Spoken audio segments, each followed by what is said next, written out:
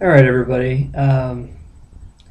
This is kind of my first attempt at doing this, but I watch a lot of anime, and I, I just kind of wanted to post my reaction to certain anime I've been watching. Let me get the glare out of here. It's a little bit better. Can't see anything, but it doesn't really matter. Uh, but I just recently watched Burst Angel for the first time, and that series to me, it was pretty good. It was kind of in my taste, and my taste kind of. I'm a big William Gibson fan, so if anybody knows who that is, he's basically the godfather of cyberpunk genre. It was real popular in the 80s. Neuromancer was kind of his groundbreaking book. Basically, there were a bunch of things, both in anime and sci-fi, that took a lot of things from Gibson. And Burst Angels probably kind of has that feel to it, almost a Blade Runner esque idea. Obviously, the mecha is more traditional sci-fi Japanese influence, um, but to me, it had a good amount of action. The kind of episodic plots I enjoyed a little bit, and the different characters, such as you have your almost Razor Girl kind of Joe Carpenter running around just shooting the shit out of people and things like that. It was kind of cool. And then, of course, you had Meg, who was always getting in trouble, this damsel in distress. And, for me, it was done in 2003, circa 2003. And the animation style to me was pretty innovative. I'm always a little weary with shell shading, especially with any 3D animation, but I do understand that in more recent Japanese animation, that's one of the easiest ways to incorporate, I don't know, a stylized sense of scale. Um, and it may actually be a little bit cheaper to do that effect wise when they're actually animating. Um, it's something I think it's something they do well in the series. It's only 24 episodes long, so it's just kind of a standalone thing. I did look up; they do have at least one OVA. It has to do, I think, with the aftermath. I'll have to maybe double check on that, and if I'm wrong, go ahead and correct me. But my reaction to it was good. I did kind of watch them pretty quickly. Sometimes I do like to break up my anime, but this one in particular, I kind of kept watching, going over and over again.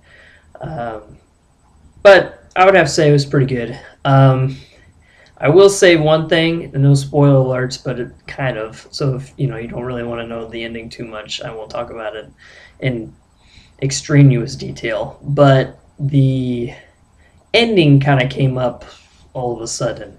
There's kind of an overarching issue and antagonists that kind of keep popping up throughout the series, and they all kind of tie in together. But it's very quick, and that part of the pacing was a little off-putting for me. I do like a steady build-up of things. And I know in other anime the pacing's much better. This is just kind of, to me, a little bit sudden. Um, the character relationships I thought were good. Granted, I'm a male, so any big-breasted, badass woman's gonna kick ass. I did read something interesting though. You kind of wonder in the series about Meg and Joe's relationship, and apparently this is classified according to some internet sources as a Yuri kind of anime, and Yuri implies a lesbian feel to it, and you kind of get that sense because Joe kind of plays that more masculine role in the relationship, and Meg is a more feminine, where she's not, as feminine roles go, she's not as strong a character. Obviously, Joe is the aggressive one, going to do this more masculine. She's even animated more in a way that's more masculine. And Meg is obviously she's very curvy, big breasted, big eyes. You're very typical, female, I guess, in anime, especially of this kind. And then you have Joe's her eyes are a little smaller, more focused. She's more flat chested, more shaped like a guy for the most part. Even with the dubbing in American, her voice is a little deeper, a little more, I would say manly, more masculine. So people may wonder about the relationship. That's probably up for speculation. I thought it was a little more ambiguous, but obviously some people think, and I don't know how this Yuri style.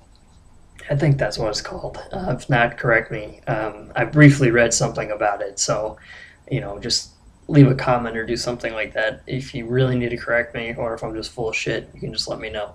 But that kind of impression I got was it was a little more ambiguous, and obviously you can't be overtly sexualized unless you're doing some sort of hentai or something like that.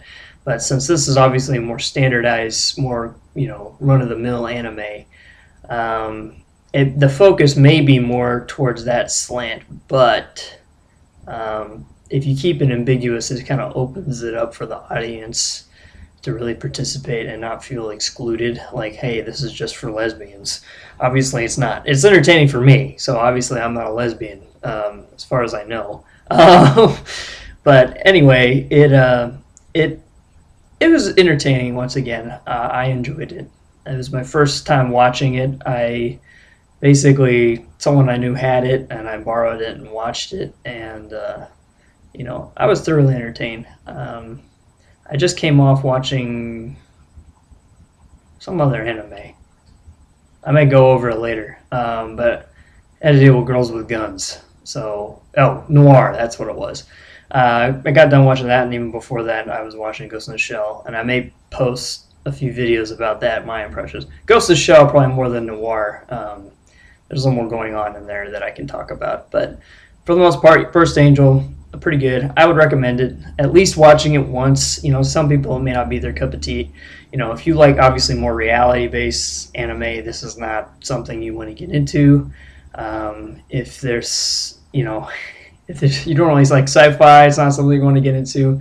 Personally, I like this kind of post-apocalyptic Tokyo gone to shit kind of idea. To me, it's it's very appealing. You do a lot when it comes to futuristic endeavors when you're storytelling, and of course the Japanese do that to a exceptional degree.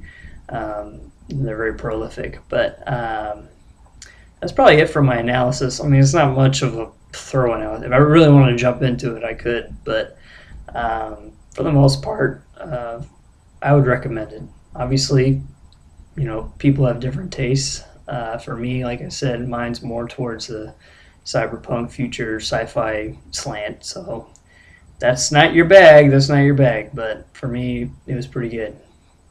But that's it. I'll probably post maybe another one, more further analysis of some others I've watched. This is the first video. It's not obviously the first anime I've watched. I've been watching it for a while. But I'll probably go into some other anime as I continue to try and do this. We'll see how it all turns out. Anyway, leave your comments below. Let me know what you think. If you thought it was good or bad, or there's something else going on that I completely missed. Be afraid to say something. If not, post a video response. Let me know. I just want to get my thoughts out there in case anybody was curious or wanted to see it. I've been watching anime for a long time, and I just now kind of wanted to let everybody know what particular anime may stack up. I'm not going to do lists or anything. I'm probably just going to highlight one that I recently watched to let everybody know. We'll see how it turns out. If you're watching this, obviously I hooked you somehow, so I'll talk to you guys later.